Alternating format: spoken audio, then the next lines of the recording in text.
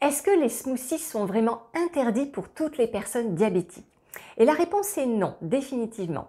Il faut voir qu'il y a smoothie et smoothie, donc en fonction des ingrédients et des proportions que vous allez mettre dans votre recette, eh bien vous allez voir que certains smoothies sont au contraire très intéressants pour vous. Donc tout dépend du niveau de résistance à l'insuline qui est le vôtre aujourd'hui et c'est ça qui va vous faire choisir les ingrédients. Et pour vous aider, un petit peu plus loin dans la vidéo, je vous montrerai l'échelle des smoothies que j'ai conçue pour vous éclairer, pour vous aider à mettre le curseur là où c'est le plus judicieux pour vous aujourd'hui. Et avant qu'on se lance sur la recette, pourquoi ce serait vraiment dommage pour vous en tant que diabétique de vous priver des smoothies? Eh bien pour plein de très bonnes raisons. Le premier point le plus important, c'est que le smoothie, c'est un moyen vraiment très facile d'enrichir en fibres votre alimentation. Vous allez pouvoir glisser plein d'ingrédients vraiment un peu magiques pour vous aider à lisser vos courbes de glycémie sur la journée. Et en tant que diabétique, que vous soyez type 1 ou type 2, c'est important d'avoir environ 40 grammes par jour de fibres. Donc vous allez voir, on va en parler dans la recette, quels sont les ingrédients que vous pouvez intégrer. Le deuxième point très important, c'est qu'en fait le smoothie c'est aussi un très bon moyen d'intégrer beaucoup plus de légumes. Donc ça veut dire beaucoup plus de protection antioxydante si vous mettez de la verdure et notamment de protection cardiovasculaire. Dès que vous allez mettre des feuilles vertes dans votre alimentation, votre corps va fabriquer de l'oxyde nitrique qui va permettre de dilater vos artères, de protéger. Donc c'est une prévention tout simplement contre les infarctus. Je vous invite à regarder le lien dans la description de la vidéo si vous voulez vous inscrire pour recevoir les informations sur les cours de visio-cuisine par rapport au diabète que je vais planifier sur toute l'année 2025. Alors on passe tout de suite à la recette et vous allez voir, elle est simplissime parce que vous allez faire votre smoothie avec seulement 3 ingrédients et surtout vous allez l'adorer cette recette parce qu'elle vous permet de réintégrer peut-être un fruit que vous aviez laissé de côté, qui est un fruit un petit peu plus sucré et qui est la mangue. Et cette mangue en plus elle est intéressante parce qu'elle est riche en antioxydants. Donc tout ce qui va protéger vos cellules en fait c'est précieux quand on a un terrain diabétique.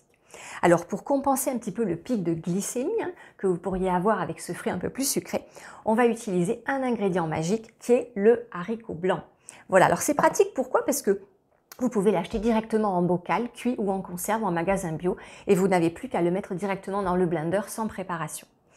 Ce haricot blanc, comme tous les légumes secs, pourquoi il est tellement intéressant pour vous en tant que diabétique? C'est que son index glycémique est bas. Et que cet index glycémique reste bas même quand on mixe ces fibres, c'est-à-dire qu'on les hache menu. Donc ça vous permet d'avoir un smoothie qui est quand même à libération lente au niveau du glucose. Et le dernier ingrédient, eh bien c'est le persil. Voilà, c'était pour vous montrer que dans la catégorie des verdures, on peut aussi utiliser tous les aromatiques, menthe, persil, coriandre. Ça donne des smoothies vraiment très goûteux.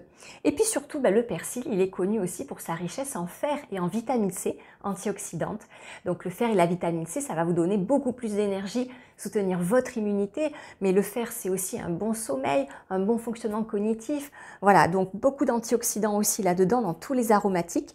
Donc vous voyez, ces 3 ingrédients combinés ensemble vous permettent d'avoir un smoothie santé, très agréable, énergétique et avec le petit goût de la mangue bien agréable. Quand vous allez fabriquer des smoothies pour vous-même, vous pouvez vous inspirer de cette échelle qui va vous donner quelques indices pour savoir lesquels sont les plus adaptés à votre situation. Votre réponse glycémique après avoir absorbé un smoothie ne dépend pas que des ingrédients du smoothie, mais aussi des repas précédents et de la façon dont vous mangez au global. Si vous avez une alimentation qui est riche en graisses solides, en graisses saturées, vous allez augmenter votre résistance à l'insuline. Donc après un smoothie à base de fruits, le pic de glycémie sera plus élevé avec potentiellement une hypoglycémie réactionnelle. Maintenant, si votre base alimentaire est faible en graisses saturées et qu'elle permet de rééquilibrer, vraiment de venir remonter votre sensibilité à l'insuline, dites-vous bien que votre corps sera en capacité de bien gérer les sucres des fruits qui sont des bons glucides, tout comme les glucides qui viennent des céréales complètes ou des légumes secs. En tout cas, si vous hésitez, sachez qu'il n'y a pas un seul smoothie, mais tout un spectre de smoothies. Et c'est l'échelle des smoothies qui va s'afficher à l'écran et qui vous permet de savoir, par rapport à là où vous en êtes, ce que vous devez privilégier dans vos ingrédients. Donc, d'un côté, on va avoir les smoothies à privilégier en cas de résistance à l'insuline élevée. Et donc, dans ces cas-là, c'est sûr que les smoothies 100% légumes ou avec une dominante de légumes seront les plus intéressants. Donc, on va être vraiment sur des smoothies verts. Ou alors on va utiliser des ingrédients aussi qui vont abaisser un petit peu la réponse glycémique, comme les fruits rouges, la myrtille, donc les smoothies rouges aussi sont intéressants. Dans ces cas-là, en cas de résistance à l'insuline élevée, on va essayer de lisser vraiment la libération du glucose dans le sang au maximum. Ça veut dire que vous allez privilégier aussi des ingrédients qui sont très riches en fibres, solubles et insolubles. Et dans les recettes qui sont sur la chaîne, ça va être les recettes avec notamment des légumes secs. Si vous mettez des haricots blancs, des haricots rouges dans vos smoothies, eh bien vous allez avoir un index glycémique plus bas et une libération progressive. Donc même si vous avez un petit pic de glycémie, il sera moins élevé et vous n'aurez pas forcément cette hypoglycémie réactionnelle.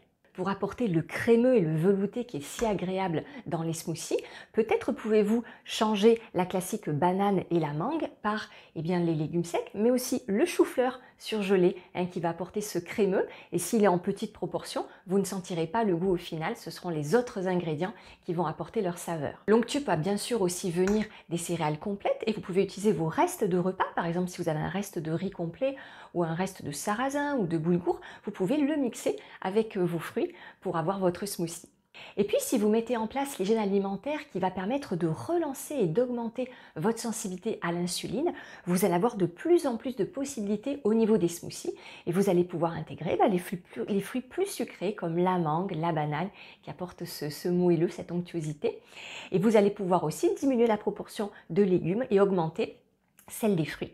Vous allez aussi pouvoir rajouter peut-être 1 ou 2 dattes pour le goût et puis pour l'aspect calorique. La date est intéressante quand on est diabétique, elle est très riche en antioxydants, en fibres et puis elle est très reminéralisante aussi.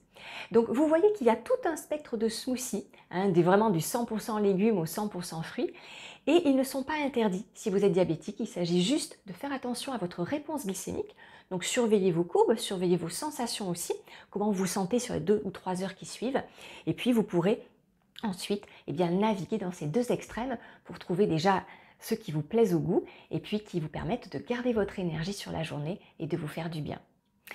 Et puis si vous êtes sur des smoothies base de légumes et que vous avez un petit peu de difficulté avec le goût, servez-vous des ingrédients qui vont donner vraiment du peps, qui vont pouvoir masquer les goûts qui vous posent problème. Par exemple, le goût d'épinard est assez fort. Mais si vous mettez du citron ou du gingembre, vous allez complètement transformer le goût du smoothie et vous verrez que ça va être très agréable en bouche. Bien sûr, c'est à vous de choisir en fonction des goûts que vous aimez.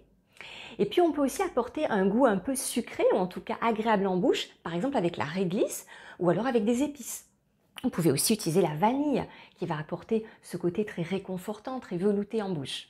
Enfin, dernière astuce aussi pour libérer de façon beaucoup plus progressive les glucides dans le sang, c'est l'ajout de graisse. Mais là, on va bien sûr faire attention au type de graisse qu'on intègre. Donc vous pouvez mettre une petite cuillère à café ou une cuillère à soupe de purée d'oléagineux, purée d'amandes, purée de noisettes.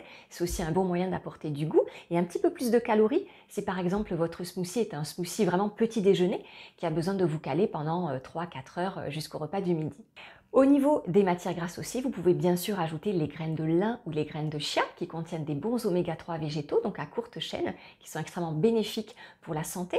Les oméga 3 permettent d'améliorer la sensibilité à l'insuline. Alors là, on parle des oméga 3 EPA et DHA à longue chaîne, mais votre corps a la capacité de convertir les oméga 3 tout petits des graines de lin et de chia en oméga 3 à longue chaîne qui vont eux être efficaces au niveau cellulaire. Abonnez-vous à la chaîne puisque je vais poster régulièrement aussi des recettes pour les personnes diabétiques pour être alertées quand elles sont en ligne.